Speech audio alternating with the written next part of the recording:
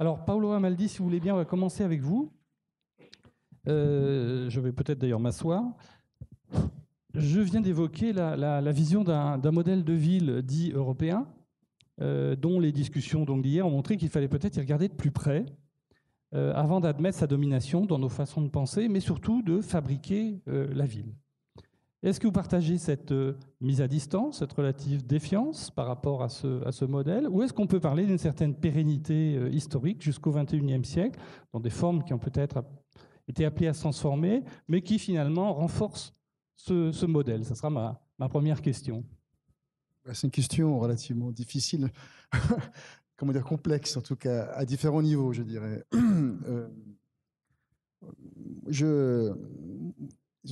S'il fallait donner une définition, je dirais, de la ville, qui n'est pas une définition purement spatiale, non, purement formelle, je dirais que la ville naît à un moment où des sociétés qui étaient nomades deviennent sédentaires, et que cette modification du mode de vie, finalement, amène, je dirais, à une accumulation de biens, pour dire d'énergie en quelque sorte. Et la ville, telle que je la vois finalement, c'est l'expression de cette accumulation, un peu une sorte de part maudite, d'accumulation de biens matériels, d'énergie que dégage une société, de surplus en quelque sorte, qui permet de construire une ville. Donc, pourquoi ? Parce que la ville finalement, et en ça je pense qu'il y a une continuité effectivement depuis le haut Moyen-Âge jusqu'à aujourd'hui, dans le sens où la ville, me semble-t-il, est un lieu d'identification collective, où la charge symbolique est extrêmement forte, puissante. On le voit ici, hein, cet ensemble des gratte-ciel, bien que ce soit, comment dire, des habitations, eh bien, c'est pensé, construit comme une pièce urbaine, c'est-à-dire comme un élément générateur ensuite d'une urbanité, producteur d'une urbanité qui ensuite, comment dire, irradie en quelque sorte dans l'ensemble du quartier. Donc, je dirais que donc, quand je vois cette place, je pense justement à ce déploiement d'énergie formidable, à la fois intellectuelle, d'un architecte, concours d'architecture que tout le monde, que les architectes connaissent bien pour cette place, avec des grands protagonistes, jury, un architecte qui veut faire valoir ses idées, une idée très, je dirais, romaine finalement de la place, un style affirmé, à la fois monumental et rationaliste. Enfin, il y a une surcharge à la fois dans ce lieu ici, hein, dans lequel nous sommes réunis aujourd'hui, à la fois symbolique, d'énergie, de pensée et de matière déplacée. Pour construire tout ça, il faut de l'énergie. On parle aujourd'hui d'écologie, mais je veux dire, il faut bien s'imaginer que pour construire tout cela, il faut de l'énergie, une dépense d'énergie qui est un surplus, comme je l'appelle, le surplus que les sociétés, je dirais, développées occidentales, comme aussi orientales d'ailleurs, hein, ont accumulé. Donc il faut ce surplus pour pouvoir construire des villes. Ça, c'est, disons, un peu mon approche. Et ce surplus est investi symboliquement dans des totems. Ça, on peut dire que c'est ce lieu, quelque part, quelque chose de totémique, hein, et donc de puissant, et donc de lieu de reconnaissance collective. Est-ce qu'à partir de cette accumulation d'énergie, on pourrait aussi parler d'accumulation de capital, hein, je ne veux pas vous tirer sur ce terrain, est-ce qu'à partir de cette accumulation d'énergie, on est toujours capable aujourd'hui, ça rejoint un peu ce que je vous demandais tout à l'heure, de concentrer en des points que l'on décide, hein, que l'on décide de maîtriser, ou bien est-ce que cette énergie, pour partie, nous échappe et effectivement nourrit tout ce qu'on a appelé alors les centralités secondaires, ou bien des pôles guidés par les logiques marchandes. Il y a bien toujours cette énergie, enfin, je crois qu'on en est à peu près tous d'accord. En revanche, est-ce qu'on est toujours capable de la concentrer là où on veut ? Ben, je pense pas. Ça, c'est, je pense, le grand enjeu d'aujourd'hui, c'est-à-dire que effectivement, il y a des, comment dire, il y a des leviers politiques, économiques tellement forts aujourd'hui que finalement, ces grands conteneurs sociaux que sont par exemple les musées, hein, qu'on construit à tour de bras, grandes infrastructures, etc., finalement, ne font pas pour autant des villes, hein, parce que l'équipement en soi ne fait pas ville pour autant. Et souvent, les équipements aujourd'hui sont des équipements qui sont construits avec des fonds privés et qui sont avant tout des objets parfois même fermés un peu sur eux-mêmes, sur leur propre logique, sur leur propre spatialité. Et c'est vrai que cette énergie formidable aujourd'hui, elle est au service d'une dispersion véritablement territoriale qui fait que cette dispersion finalement rend difficile aussi une identification collective ou un vécu, je dirais, du territoire. Alors, en prolongation de cette première réflexion, est-ce que vous connaissez un certain nombre d'expériences européennes?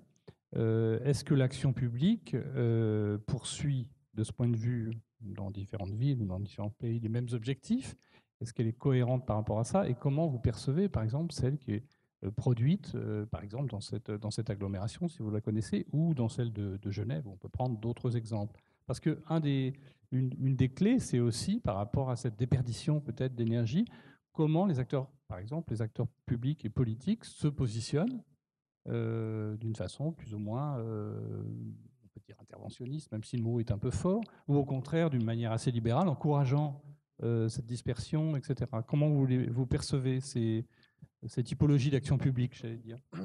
Je pense que la clé de la réussite du territoire, enfin de la construction du territoire de demain, qui n'est plus un territoire de ville, qui n'est plus un territoire de campagne, mais qui est un territoire d'entre-deux. Hein. Après, vous savez, il y a un certain nombre de philosophes, d'urbanistes qui ont inventé des mots pour identifier cette situation de non-ville ou de non-campagne, hein, qu'on appelle l'hyperville, par exemple, pour reprendre un terme de André Corbeau, qui était justement un chercheur et urbaniste genevois.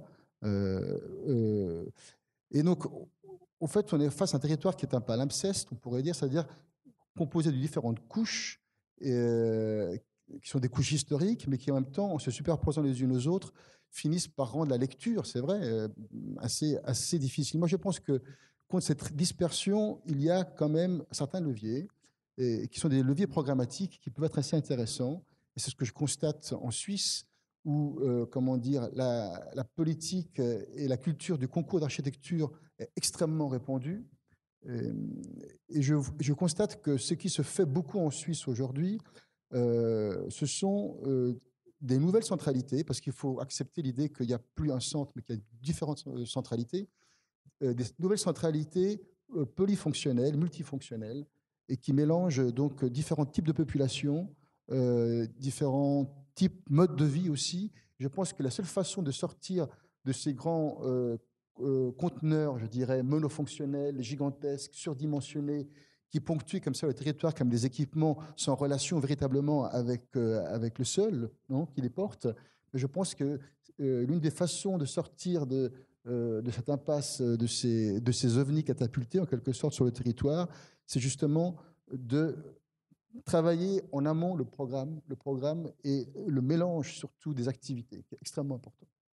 Alors, parlons un petit peu maintenant du rôle des habitants, hein, qui sont des acteurs majeurs dans ces processus. Dans l'éditorial justement de ce numéro de Face, il y a une phrase que je vais lire parce qu'elle m'a interpellé. Vous parlez d'une pratique individuelle qui fait émerger des centralités comme lieu de congestion et d'intensité momentanée.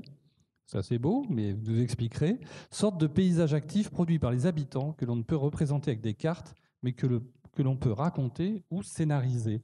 Alors, petite explication de texte. Que voulez-vous dire? Il reste du potentiel encore, à mon sens, mais je pense que dans les discussions que nous aurons ensuite avec M. Devine, on pourra en parler. On y vient. Je pense qu'il reste un potentiel énorme dans les friches urbaines ou dans tous les interstices urbains non pensés, non dessinés, qui sont des non-lieux, on pourrait dire aujourd'hui, et qui en fait, on se rend compte que dans les villes, mais ça peut être Genève, Paris, Tokyo, en fait, sont des lieux qui sont investis à des moments particuliers, soit de la semaine, soit de la journée, hein, par certaines franges de la population, et qui en fait un lieu. Parce que le fait qu'on s'y installe, qu'on y séjourne, qu'on y développe des activités, transforme ce non-lieu en lieu. Ça, c'est le propre de notre capacité qu'êtres humains de nous approprier une surface, non, et d'y développer une activité. Donc, et je crois que cette façon finalement assez éphémère, non, et passagère d'occuper les lieux devrait davantage être prise en considération par les architectes, par les concepteurs que nous sommes, pour imaginer des supports à ces non-lieux qui ne soient pas véritablement de la construction dure, puissante, mais qui soient des supports légers d'aménagement urbain qui permettent effectivement de vivre la ville, parce que je pense que l'un des grands échecs de la haute modernité, à mon sens, c'est de ne pas avoir réussi finalement à construire de l'espace public. Cet exemple-ci est un exemple, est une rareté, hein, mais c'est vrai que l'un des grands échecs, à mon sens, de la modernité, c'est de ne pas avoir véritablement réussi à penser l'espace collectif, l'espace public. Merci, on reviendra tout à l'heure, on poursuivra un petit peu ces éléments. Laurent Devime, je voulais un petit peu vous poser la même question sur les modèles, alors peut-être en les interrogeant avec quelques références différentes. On a évoqué un peu longuement hier soir le cas de Tokyo, mais je crois que vous avez d'autres points sur lesquels vous appuyez. Et puis peut-être voir à l'intérieur même de l'Europe des modèles d'organisation qui ne sont pas purement j'allais dire autocentré, hein, sur un pur centre, et qui questionne aussi peut-être notre organisation urbaine. Oui, je pense qu'on pourrait même commencer, puisque la question était celle de l'hypothèse de la ville européenne, avec cette petite fiction, parce que je pense que c'en est une, qui est de se dire qu'avec à la tête de l'Europe Jean-Claude Juncker, donc on l'a tous appris ce matin, on pourrait s'attendre à un discours, si la ville européenne existe, qui soit en rapport avec le projet d'une ville européenne. Je doute qu'un tel discours puisse nous parvenir, comme on a bien vu dans les récentes élections présidentielles, à quel point finalement la question spatiale était globalement peu traitée, non sujet, hormis de venir par des biais très détournés. J'ai souvenir au milieu des années 2000, un début de controverse qui revenait sur l'enjeu des villes nouvelles. Est-ce qu'il faut refaire des villes nouvelles en France ?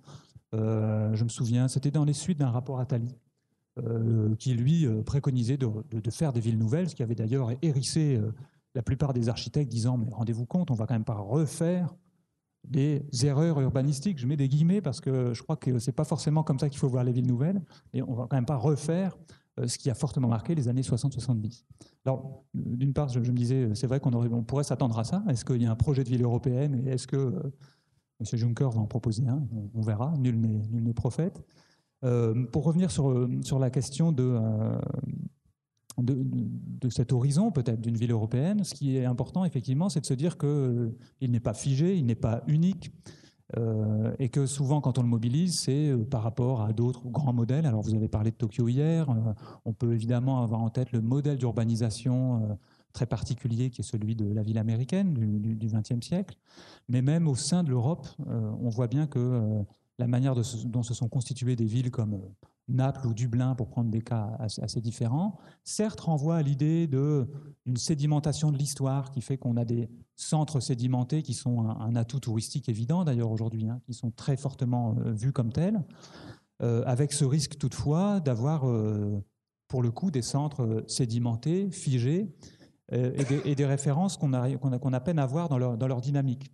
On connaît des cas assez nombreux de villes, notamment dans des contextes nord-américains, mais pas seulement, qui importent une idée de la ville européenne avec certains de ses attributs, quitte à ce que, dans ce qu'on appelle aujourd'hui la charte du nouvel urbanisme, on voit des ersatz de villes européennes qui nous feraient beaucoup sourire, ou par rapport auxquelles on se dit, mais est-ce qu'il ne faut pas concevoir autrement des références, et non pas tant comme des modèles figés, comme celui que Pierre vous évoquiez. Les historiens, je pense que c'était sûrement abordé hier, des historiens ont montré que, y compris dans l'Antiquité grecque, on n'a pas nécessairement la juxtaposition de la centralité politique, d'organisation, et ce qu'on pourrait appeler une centralité d'attraction, cette centralité que convoquait bien Paolo tout à l'heure, qui amène à la rencontre des biens et des marchandises, c'est ce qu'un philosophe et sociologue Henri Lefebvre qualifiait dans le droit à la ville. Ces deux types d'espaces n'ont pas forcément été conjoints au même endroit. L'agora n'était pas le port du Pirée, etc. Et je pense que de relire l'histoire urbaine, y compris par le fait que ces occurrences se sont déjà produites permet d'éviter un biais très fréquent qui est de dire que hier la ville était centrée, compacte, avec des sociabilités très connues et valorisées aujourd'hui, et nous serions passés crise de la ville, règne de l'urbain, dans une situation dans laquelle on aurait perdu nos repères. Je pense que ça, c'est une sorte d'anachronisme psychologique qu'il faut éviter, parce que d'une part, je pense qu'il est faux en termes historiques. Alors ça renvoie aussi à une autre question qui a commencé à être abordée, sur laquelle ce serait intéressant de revenir, c'est que finalement les pôles secondaires dont vous avez parlé renvoient surtout à des polarités marchandes, principalement. Et c'est vrai qu'on connaît depuis les années 60 la dissociation entre des centralités politiques et puis des centralités marchandes. Quelles sont les prises aujourd'hui finalement pour des territoires de plus en plus métropolitains pour faire à nouveau des expériences comme celle de Villeurbanne, est quand même une expérience assez incroyable de l'histoire du XXe siècle. Et à cet égard, c'est vrai que ça avait fait partie un peu de certains de mes terrains de recherche. J'avais essayé de voir à quel point, à différentes époques, à différents moments du XXe siècle, il y a eu des tentatives de structuration de centralités politiques qui ne sont pas seulement le binôme gare-hôtel de ville, qui ne sont pas seulement l'hôtel de ville Troisième République, ou bien quelque chose du genre, mais qui cherchent à agréger des équipements publics, une conception de la ville qui vient souvent d'ailleurs en réaction par rapport à une urbanisation où on a la critique des cités dortoirs des années 60-70.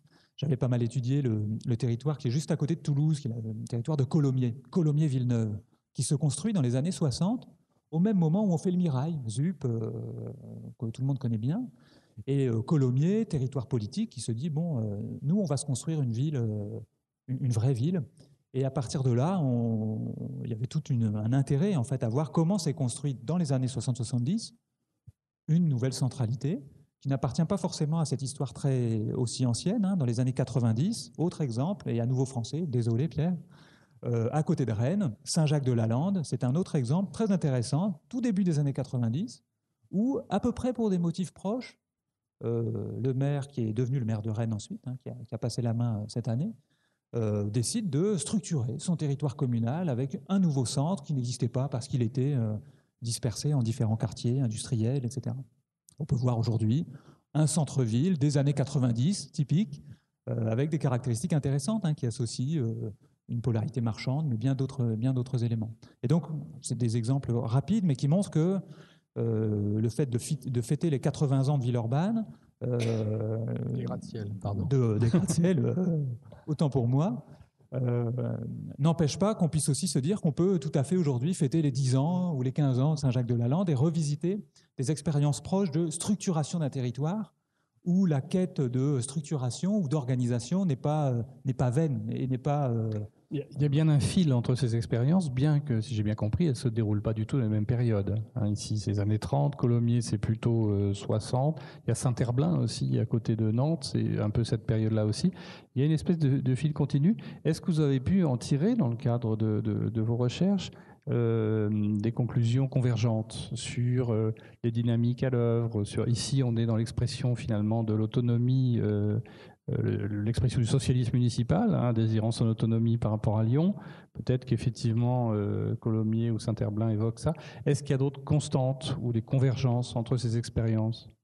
Vous faites bien de rementionner le socialisme municipal sur le territoire de Colomiers. On voit tout à fait encore les traces ou une traînée de socialisme municipal, même si le contexte n'est plus celui qui a prévalu à la création du quartier des gratte-ciel, etc.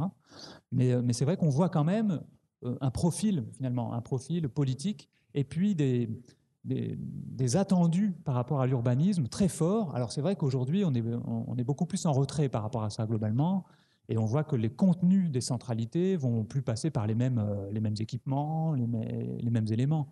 On table sur du ludique, on table sur des équipements en tablant beaucoup sur l'implication du privé, du secteur privé. Il n'empêche que, y compris à Saint-Herblain que vous mentionniez, qui est une ville de 50 000 habitants, un peu plus, à côté de Nantes, on n'est pas sur la même échelle du 144 000 habitants ici. On a un projet qui permet d'articuler différents quartiers qui sont par ailleurs l'exemple même de la ville sectorisée. C'est David Mangin qui emploie cette expression pour pour qualifier l'urbanisation du XXe siècle. Et c'est vrai que les défis sont forts parce que globalement, toutes les tendances de dissociation entre les flux et les formes, les tendances de développement de l'automobile, l'héritage de la conception moderne de l'espace ont fortement écartelé les choses. Donc, je dirais qu'on a des équivalences, des profils politiques qu'on pourrait comparer sûrement. Et ensuite, dans les formes, l'idée de tabler sur l'espace public, je pense qu'on y reviendra aussi tout à l'heure, c'est qu'on peut faire la ville à partir de l'espace public. Quelle représentation se fait-on d'un espace plein, qui est certes parfois dessiné comme un décor, je pense qu'ici c'était le cas, mais pas seulement, c'est-à-dire que c'est un lieu dans lequel on peut faire des choses, l'espace public permet de faire des activités, il n'est pas vide et il n'est pas sécurisé ou vidéosurveillé pour éviter tout débordement. Même question qu'à Paolo Amaldi tout à l'heure. Dans des pays voisins, l'Allemagne, l'Italie, on a effectivement vu apparaître des modèles moins radioconcentriques. Alors en Allemagne, je suis incapable de le prononcer en allemand, mais on parle de l'entre-ville. Et en italien, c'est plus facile pour moi, la città diffusa. Voilà, merci. Zwischenstadt. Voilà. Ce sont des modèles qui, politiquement, sont assez portés, qui ne sont pas contradictoires manifestement avec des expressions démocratiques et qui pourtant ne ressemblent pas tout à fait à ce qu'on décrit ici. Alors, quels sont plutôt leurs points forts, leurs logiques et peut-être leurs faiblesses de ce point de vue?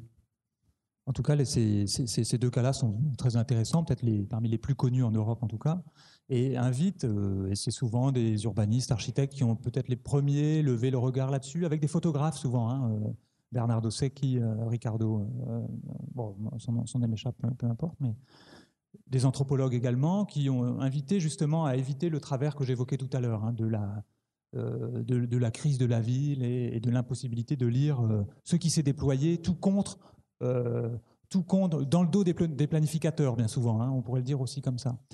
Et de ce point de vue, c'est de se dire que la majeure partie des sociétés urbanisées sont maintenant excentrées, vivent en rapport à ces différents centres, mais ne peuvent pas être saisies sous la seule lumière d'un habitat qui serait périphérique ou de type deuxième, troisième ou quatrième couronne. Moi, je suis frappé en France de voir qu'on reste très centré pour le coup, pour dire qu'on habite en deuxième ou en troisième couronne.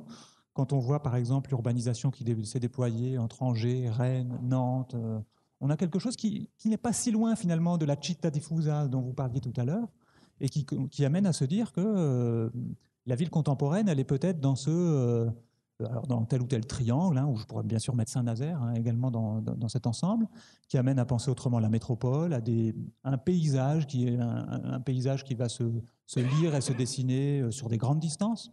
C'est tout l'enjeu des programmes d'architecture de la grande échelle qu'on a vu se développer depuis quelques années. Et donc là, je crois qu'effectivement, on a un gros problème de regard, c'est vrai, qui peut être porté par des chercheurs pour essayer de dire que se passe-t-il ici, de lire ces espaces. C'est aussi une question politique, on le voit bien. C'est quels sont les référentiels finalement, quelles sont les images de territoire que les politiques peuvent avoir pour essayer de comprendre ce qui se joue dans l'entre-ville, les pratiques de mobilité notamment. Donc, il n'y a pas qu'un seul modèle, ça on l'avait compris aisément. Il y en a effectivement plusieurs qui présentent un certain nombre d'avantages, peut-être des symptômes, et les autorités politiques ou l'action publique se ventilent sur aussi toute une série d'attitudes, encouragent, cherchent à limiter. Toute la politique française, dont on pourrait discuter, mais ce n'est peut-être pas le lieu ici, le traitement de la question de l'étalement urbain pose un tas de questions. D'abord, non seulement on n'y parvient pas, mais en plus, ça s'accompagne d'un discours un peu stigmatisant vis-à-vis des habitants des périphéries. Mais culturellement, on n'a pas forcément ce type d'approche ailleurs. Alors, je voulais revenir vers vous, Paolo. Peut-être vous auriez une réaction par rapport à ce qui était dit, et peut-être aussi sur cet aspect. Je sais qu'en Suisse, par exemple, on travaille beaucoup. Enfin, il y a une fixation, par exemple, sur la consommation des hectares agricoles qui est absolument incroyable. Il faut que vous nous racontiez cet aspect pour qu'on puisse le partager avec le public. C'est assez étonnant. Oui. D'ailleurs, à propos de la Suisse, Jean-Jacques Rousseau, à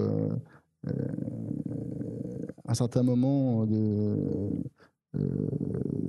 crois que c'est de ses confessions, dit la Suisse, parce que vous savez qu'il a vécu, il était genevois, Rousseau, à moins d'être français, et il disait de la Suisse que c'était en fait un paysage urbanisé.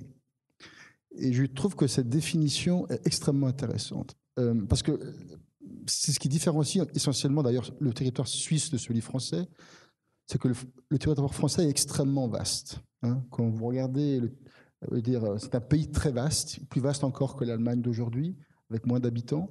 Donc il y a quand même ce risque de l'étalement, hein, parce que c'est un véritable risque, l'étalement urbain, qui n'existe pas en Suisse, où finalement, quand vous avez enlevé les zones inhabitées, inhabitables, les montagnes, la topographie étant extrêmement contraignante, au fait, il vous reste comme zone exploitable pour l'établissement humain, au fait, des périmètres qui sont relativement restreints.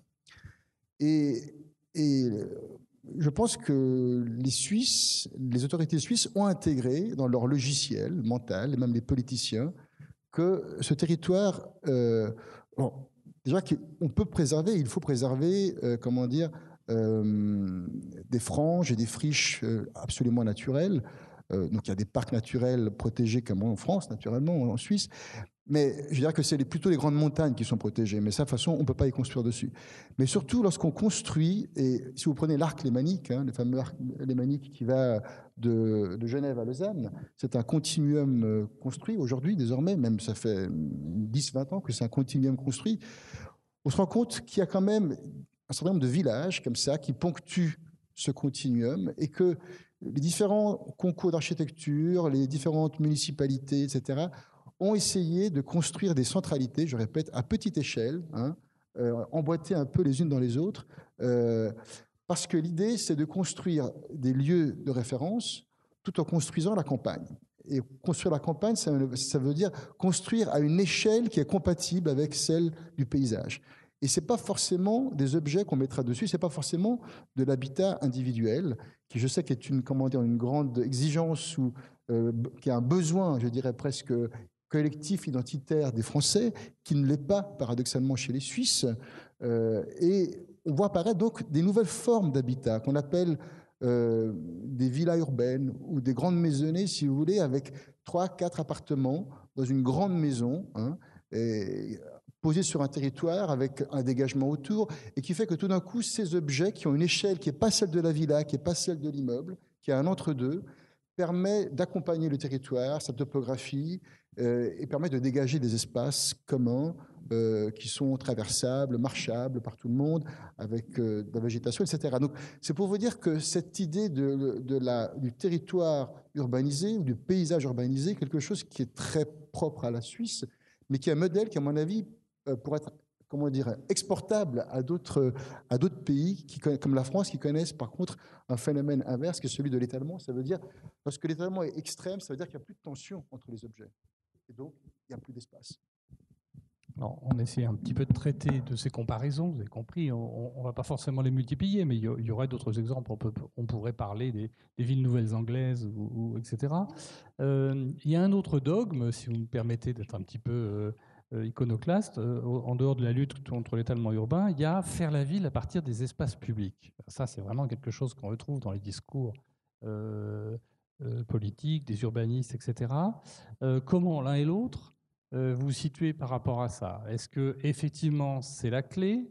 Est-ce que c'est quelque chose qui est, dans votre point de vue, inscrit dans un certain type d'organisation urbaine, ou est-ce que ça reste tout simplement peut-être un concept, une vue de l'esprit? Je vous provoque un peu. Laurent, peut-être?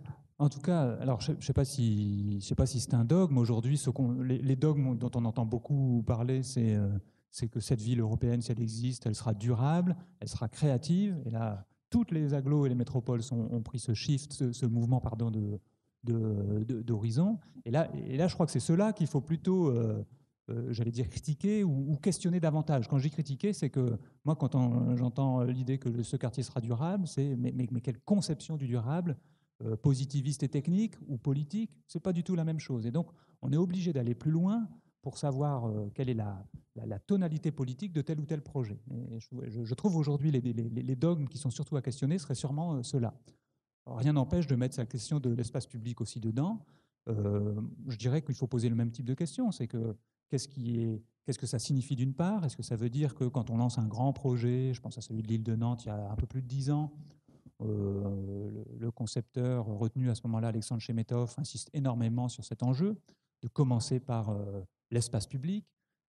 C'est d'abord sûrement assez fort par rapport à une histoire encore pas ancienne où, en gros, le territoire insulaire pouvait être beaucoup plus marqué par un quartier d'affaires nouvelle tendance. Donc évidemment, il y a déjà ça. Ensuite, c'est l'espace public. Pourquoi faire, comme vous le dites? C'est-à-dire que est-ce que c'est un espace public de déambulation, de monstration? Est-ce que c'est pour permettre justement une plus forte articulation entre des résidents, puisqu'on fait de la mixité urbaine, c'est clair, et d'autres types d'activités? Est-ce qu'on veut faire venir des gens pour voir la ville? Et puis surtout, est-ce qu'on envisage l'espace public comme, j'allais dire, la scène d'apparition de chacun aux yeux de tous? Et ça, cet enjeu-là de prendre conscience qu'on appartient à un même ensemble, ça me semble être un enjeu qui est à la fois d'une sorte de visibilité paysagère, mais aussi citadine. Et c'est ce que disait Chemetov à Nantes d'ailleurs, en disant quand on est sur l'île de Nantes, il faut qu'on prenne conscience que certes on est au centre de Nantes, entre guillemets, mais que depuis ici, on saisit un bout du périphérique, on voit la cité radieuse de Rezé, on voit certains attributs, et puis d'une certaine manière, le fleuve évidemment, à la limite la tour à plomb de Couëron, enfin, voilà, quelque chose où on prend conscience du tout qu'est cette petite société urbaine locale, qui est la société urbaine nantaise en l'occurrence, et qui vient finalement contrer, si on pousse un peu cette expérience, qui vient contrer cette idée qu'on puisse dire, et on le voit encore à peu près très régulièrement, qu'habitant Saint-Herblain, une ville de bientôt 60 000 habitants, on habiterait à la campagne, qu'on s'oppose à tout projet d'urbanisation complémentaire, et qu'il y a tout un travail à faire pour dire que Saint-Herblain, Joué, les Tours, je prends un autre exemple que j'avais étudié aussi, ne sont pas des villes à la campagne coupées de l'urbain. Merci. Paolo, peut-être sur cette question des espaces publics.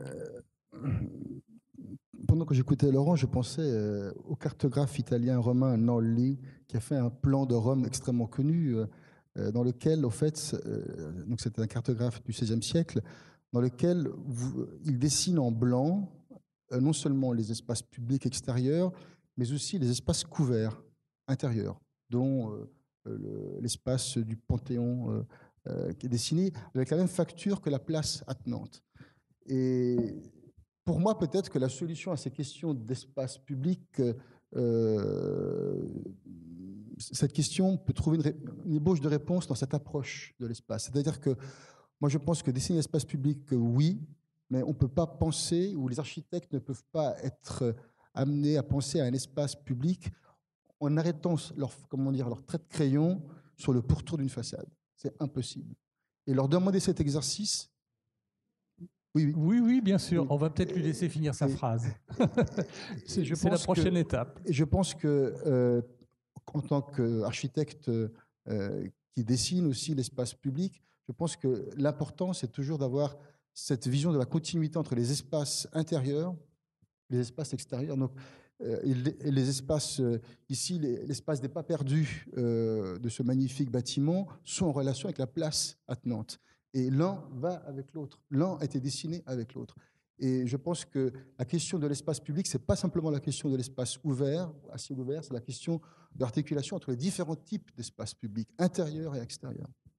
Merci beaucoup tous les deux. J'allais effectivement, c'était ma prochaine phrase, vous proposer d'intervenir dans ce débat. Je pense que vous avez eu déjà une mise de fond intéressante. Donc, monsieur, je vous en prie, on vous apporte un micro.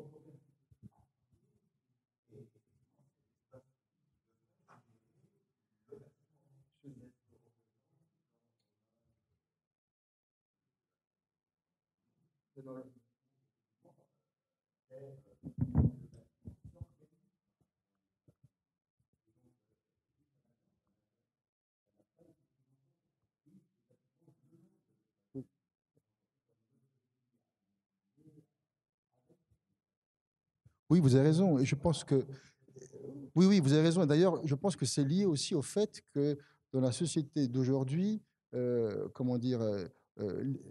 les attributions et les expertises sont segmentées. Le travail des concepteurs est segmenté. Et c'est cette segmentation qui, inévitablement, a des répercussions sur la segmentation de l'espace et donc sur son impossibilité à être vécue. je vais juste faire une petite observation. Vous avez certainement, comme moi, constaté en voyageant un certain nombre de pays, de voir que l'attention portée, je dirais, à l'espace immédiat autour d'une construction est extrêmement variable selon les cultures, les pays, les latitudes, etc. C'est-à-dire, on attache d'autant plus d'importance au périmètre, alors soit au périmètre immédiat, soit plus lointain, qui se trouve aux abords de votre maison. Alors ça peut être lié à effectivement des questions de maîtrise foncière ou de moyens, etc. Mais c'est extrêmement variable et vous avez été certainement parfois surpris comme moi de voir des bâtiments absolument magnifiques posés au milieu d'un terrain vague dans lequel il n'y a absolument aucune attention portée ni au trottoir, ni aux usages, ni à la rue, etc. Ça arrive parfois aussi à certains gratte-ciel en Asie qui sont absolument posés, qui n'ont pas ni de réflexion par rapport à leur socle, etc. Et ça traduit, je pense, je ne sais pas comment vous, l'un et l'autre, vous ressentez cet aspect, ça traduit effectivement une préoccupation du public privé, du dedans-dehors, très différente de celle qu'on évoque ici. Donc peut-être s'il y a une caractéristique, alors je risque une hypothèse que je vous soumets, il y a peut-être une caractéristique de la ville européenne, c'est qu'effectivement, on se préoccupe de cet aspect-là. Hein, effectivement, alors peut-être qu'on s'en préoccupe pas suffisamment ou mal, mais qu'on a ce lien, on a plus spontanément ce lien. Oui, en tout cas, moi, je crois que peut-être d'un avis différent. Non, moi, en tout cas, je crois que le prolonger sur l'enjeu des seuils et de ces articulations, on peut aussi s'inspirer de certains autres cas. Moi, je pense à ceux que j'ai pu effectivement vivre, même pas mal l'an dernier, sur la manière dont s'articule du public et du privé dans de nombreux quartiers à Montréal, par exemple. Et de ce point de vue-là, on peut trouver justement beaucoup de mérite, sans aller chercher du côté du modèle, il faut toujours se méfier du modèle, mais d'articulation entre des espaces privatifs et puis des intérieurs, les ruelles, avec des appropriations variées, mais bon, évidemment qui tablent sur une autre culture de l'implication citoyenne, d'une participation plus active, plus modeste aussi parfois que celle qu'on peut attendre dans des exercices participatifs français, par exemple. Et en même temps, on voit justement que dans ces cas-là, c'est cette question du seuil ou bien des compétences de gestion de ces seuils qui sont décisifs. Juste un petit exemple que j'ai en tête qui est parfois effectivement totalement contradictoire par rapport à l'intention initiale. L'îlot ouvert, dont on a pas mal parlé à un moment donné, qui était défendu par quelqu'un comme Christian de Porzampar, avec de bons arguments, de l'intérêt. Si vous ne maîtrisez pas derrière tout ce qui relève de la gestion de cet ensemble de l'îlot ouvert, j'en connais plusieurs à Nantes, qu'il a pu faire d'ailleurs, c'est des copropriétés qui se ferment, c'est de l'espace public qui est tout à fait en retrait, en opposition de l'îlot, qui est tout sauf ouvert, qui devient l'incarnation d'un îlot fermé. Et tout ça pour des questions effectivement de gestion derrière ou d'articulation de compétences. Tout n'est pas, et loin de là, dans le geste qui va tirer un trait en disant voilà la limite, je crois. Alors, vous avez la parole. Et un micro. Mais allez-y, poursuivez, s'il n'y a pas trop. Peut-être madame? Non? Allez-y.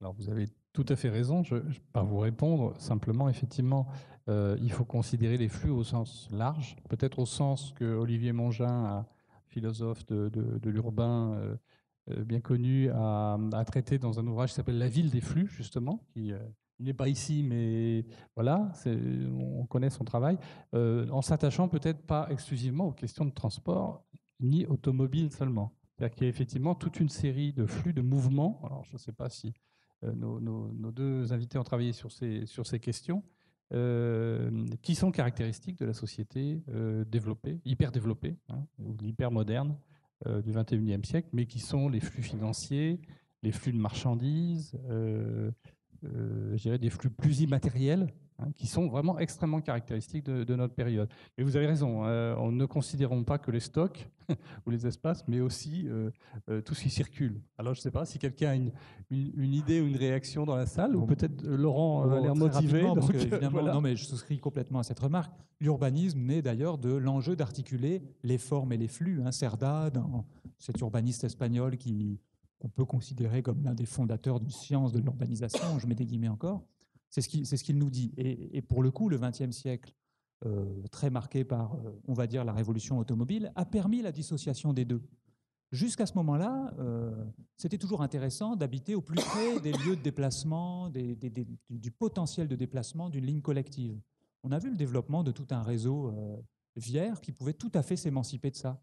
D'ailleurs, la plus grande preuve, c'est qu'il a fallu inventer des murs anti-bruit, des dodanes, etc. C'est-à-dire qu'il a fallu réinventer des obstacles pour ralentir la vitesse. Mais donc, un des enjeux des temps qui viennent, c'est comment réarticuler forme et flux. Donc, c'est pour vraiment aller dans votre sens. Il ne faut pas être des spécialistes des stocks ou seulement des bâtiments. Ça ne peut pas s'imaginer sans les flux dans la perspective que vous indiquiez. C'est évidemment pas seulement justement le flux individuel, c'est le collectif.